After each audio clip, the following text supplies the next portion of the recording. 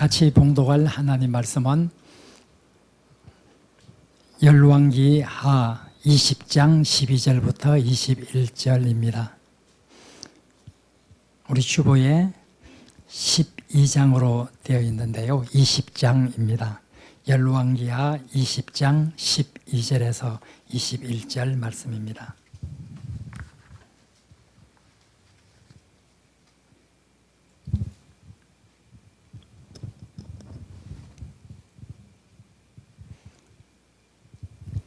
네, 12절부터 21절 같이 교독하겠습니다. 그때에 발라단의 아들 바벨론의 왕 브로닥 발라단이 히스기야가 병들었다 함을 듣고 편지와 예물을 그에게 보낸지라.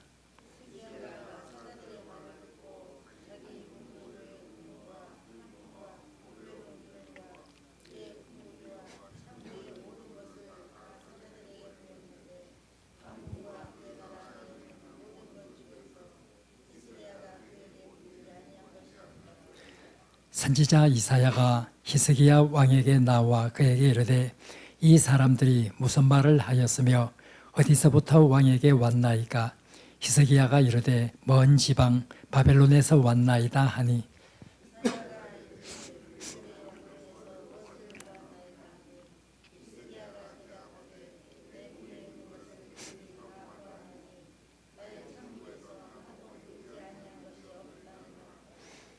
이사야가 히스기야에게 이르되 여호와의 말씀을 들으소서.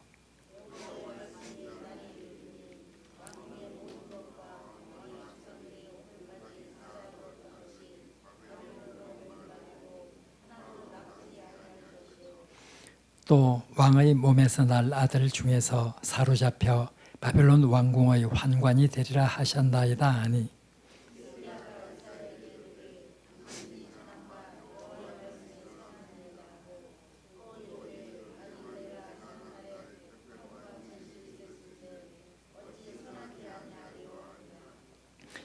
히스기야의 남은 사적과 그의 모든 업적과 저수지와 수도를 만들어 물을 성 안으로 끌어들인 일은 유다 왕 역대지략에 기록되지 아니하였느냐?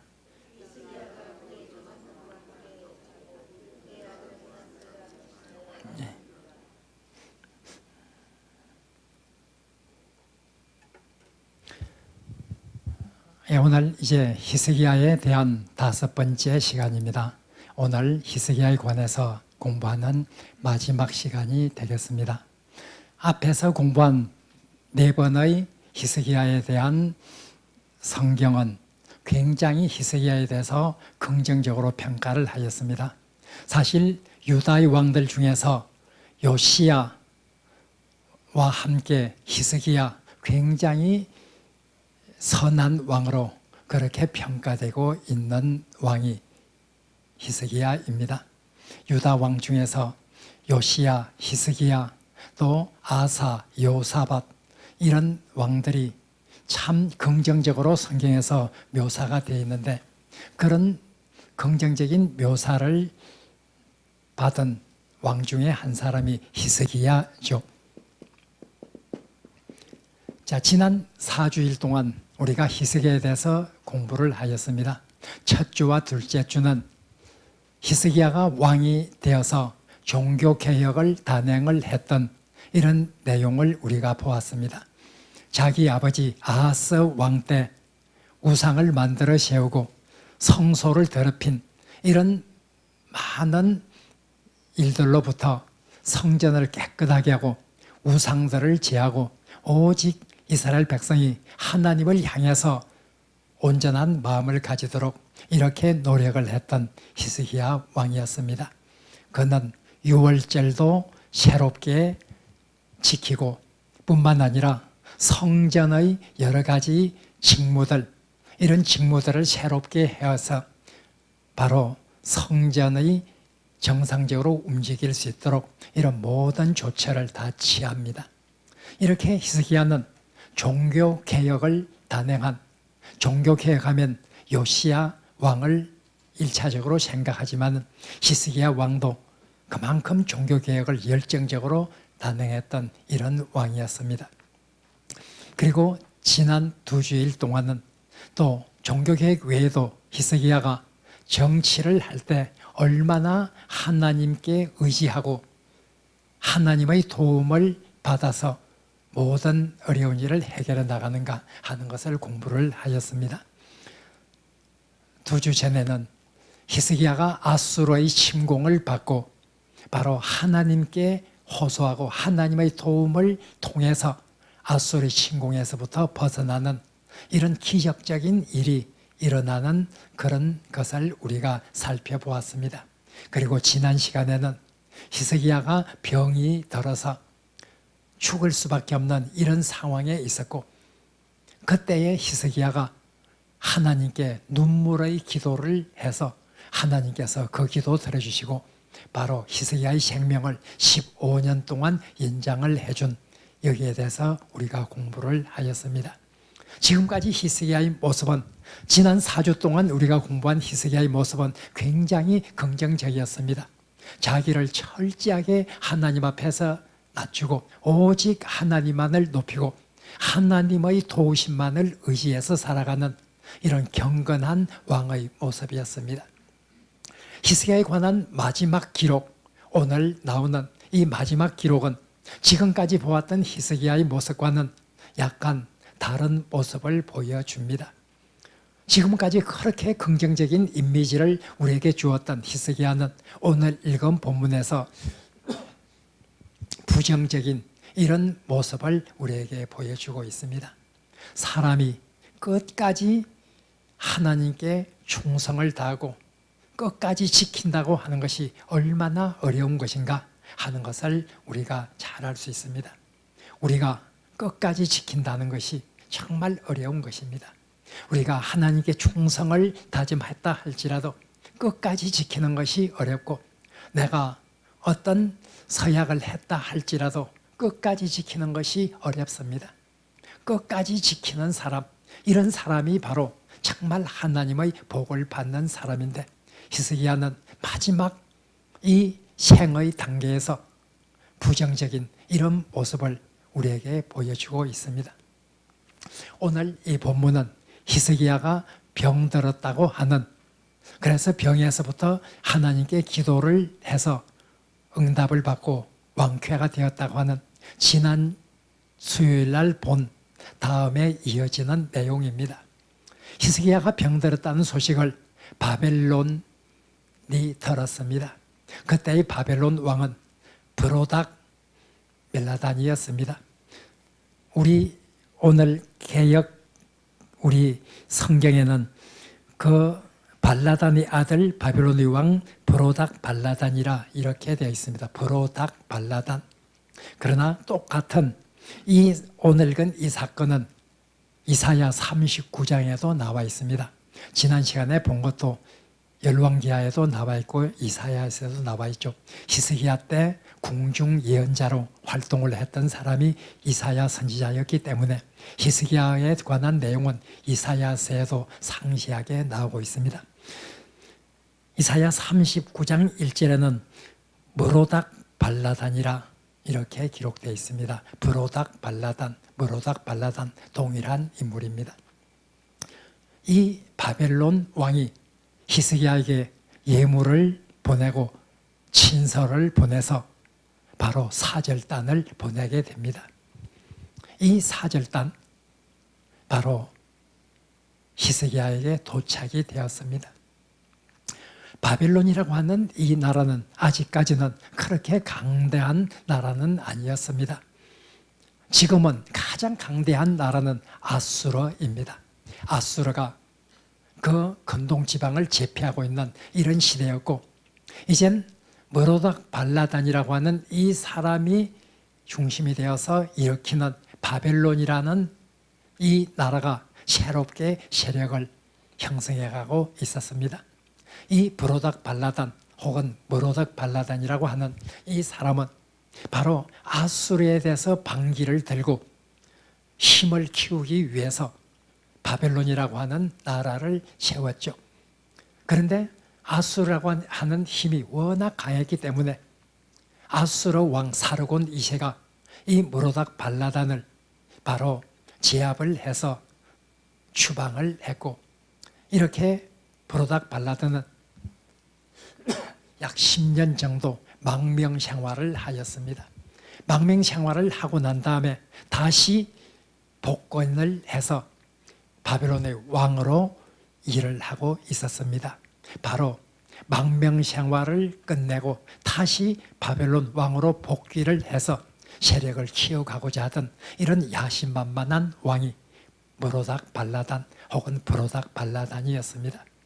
이 바벨론 왕이 사신을 보내고 친서와 함께 이 많은 예물을 보냈을 때 히스기야는 아마 그 마음속에 굉장히 이런 바벨론이라고 하는 나라, 먼 나라에서 자기가 병들었다 함을 듣고 이렇게 많은 예물을 보내고 사신을 보내면 여기에 대해서 굉장히 우쭐했던 것 같습니다. 영광스럽게 생각했던 것 같습니다. 그래서 이 사신들을 극진히 대접을 하였습니다. 이때 브로닥 발라단이 히스기야에게 사신을 보낸 것은 반아수르 동맹을 결성하기 위한 이런 목적으로 보낸 것이었습니다. 브로닥 발라단은 이 가장 강대한 나라 아수르에 대항하기 위해서 나라들이 연합을 해서 동맹을 맺고 아수르에 대항해야 된다, 이런 생각을 가졌던 왕이었습니다. 그래서 바로 브로닥 발라단이 히스기야에게 사신을 보낸 것도 그런 의도에서 보낸 것이었습니다.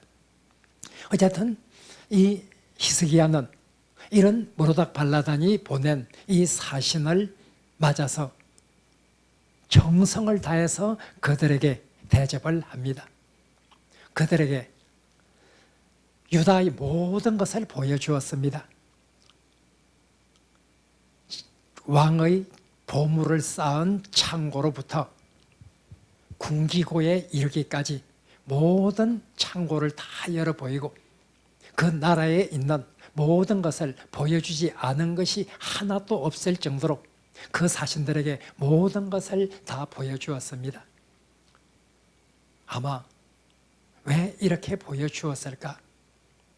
아마 이 히스기야 왕에게는 바벨론이 멀은 데서부터 이렇게 사신을 보냈다는 것 자체도 굉장히 기분 좋은 일이고 우쭐할 일인데, 또 이런 바벨론에 대해서 자기 과시를 하고 싶었던 것처럼 보입니다.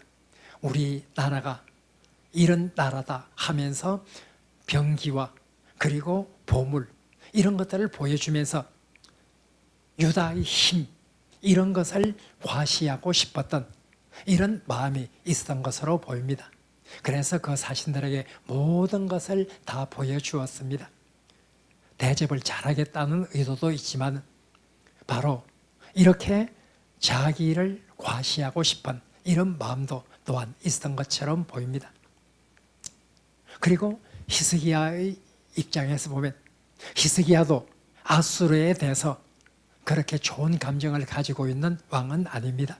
히스기야는 아수르 왕 사네립이 유다를 침공했을 때 하나님께 도움을 받아서 아수르를 바로 무찔렀습니다. 아수르 왕이 바로 다른 사정 때문에 퇴각을 할 수밖에 없는 이런 상황이었고 히스기야는 그 어려운 위기에서 구원을 받게 되었습니다. 아수르에 대해서 히스기야도 그렇게 좋은 감정을 가지고 있을 수가 없었는데 바벨론이 이런 동맹을 맺자고 하는 이런 제의에 대해서 히스기야도 그래야 되겠다, 이런 동맹을 맺어서 힘을 길러야 되겠다, 이런 생각을 하였던 것처럼 보입니다. 그래서 히스기야는 여러 가지 이유로 자기 나라에 있는 모든 것을 다 보여주었습니다. 그때 이사야가 히스기야 왕에게 옵니다. 우리 개역 개정은 고칠 곳이 참 많은 성경입니다.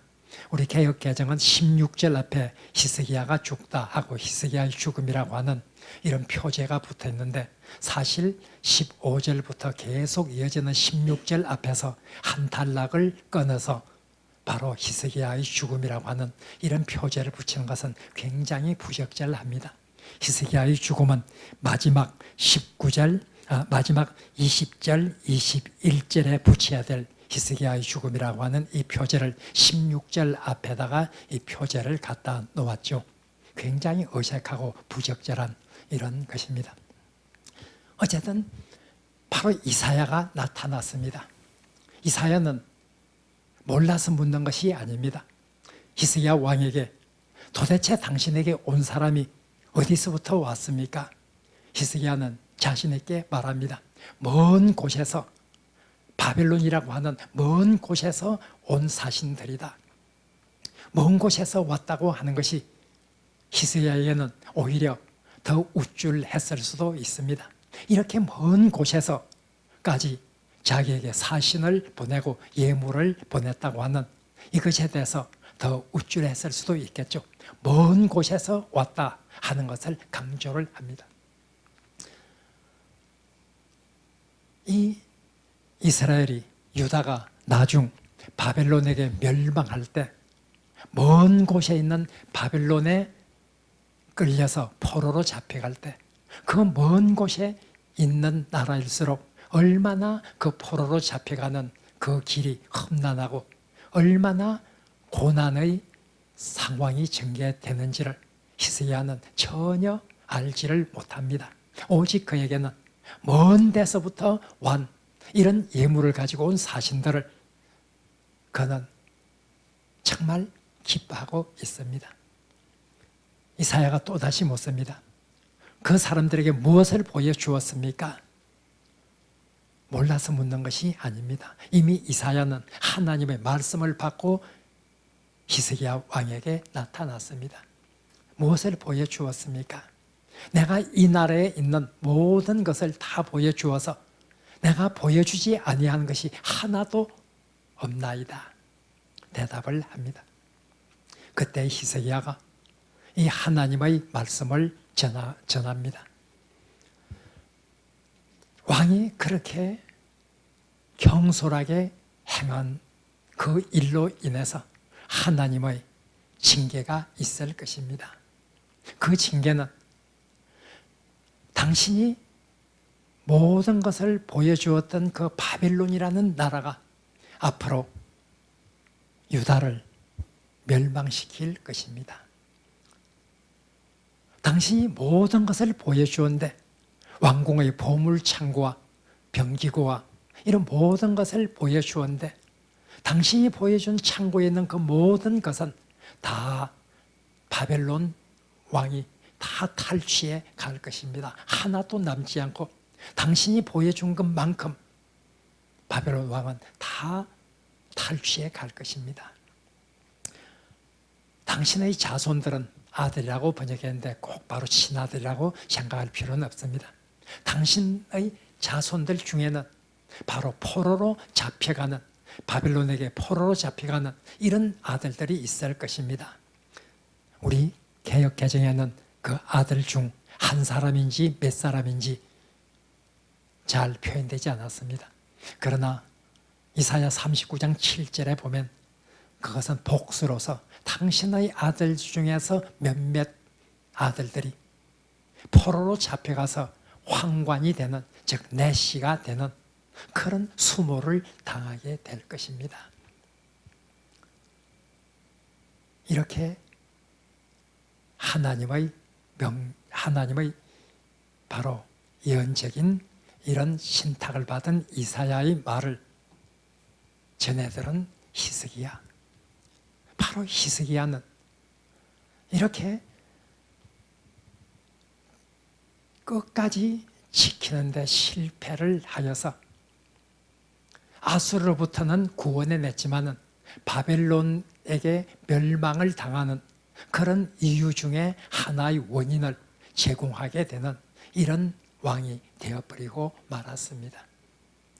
바벨론 왕에게, 그때 바벨론 사절단에게 행한 히스기야는 지금까지의 모습과 달랐습니다. 지금까지 히스기야는 철저히 하나님을 의지하면 된다. 하나님께서 우리의 도움이 되신다. 아수르라 할지라도 하나님의 도움으로 우리는 구원을 받을 수 있다. 이런 확신을 가진 왕이었습니다. 그러나 이젠 바벨론이라고 하는 이런 나라와 동맹을 맺어서 나라를 튼튼하고 보다 안전하게 만들 수 있다. 이런 생각을 가지고 있습니다. 지금까지의 생각과는 달라졌습니다. 동맹보다 하나님께 의지하는 것이 가장 중요하다고 하는 이런 믿음 가지고 살아온 히스기야가 마지막 보여주는 이 모습은 바로 동맹을 통해서, 군사적인 동맹을 통해서 우리의 안전을 지킬 수 있을 것이다. 이런 생각을 하게 됩니다. 지금까지 히스기야는 철저히 자기 자신을 낮추었습니다. 그러나 오늘 본문에 보면 히스기야가 먼 나라에서부터 온 사절단을 맞이해서 상당히 우쭐했던 것 같습니다. 그 나라 사신들에게 자기의 영광, 자기의 자랑을 하고 싶었던 것처럼 보입니다. 그래서 유다의 군사적인 것, 이렇게 보화, 이런 것을 보여주면서 자기의 영화를 과시하고자 하는 이런 마음이 있었던 것으로 보입니다. 이것이 바로 하나님으로부터 징계를 받게 되는 것이었습니다. 하나님의 마음을 안타깝게 하게 되었습니다.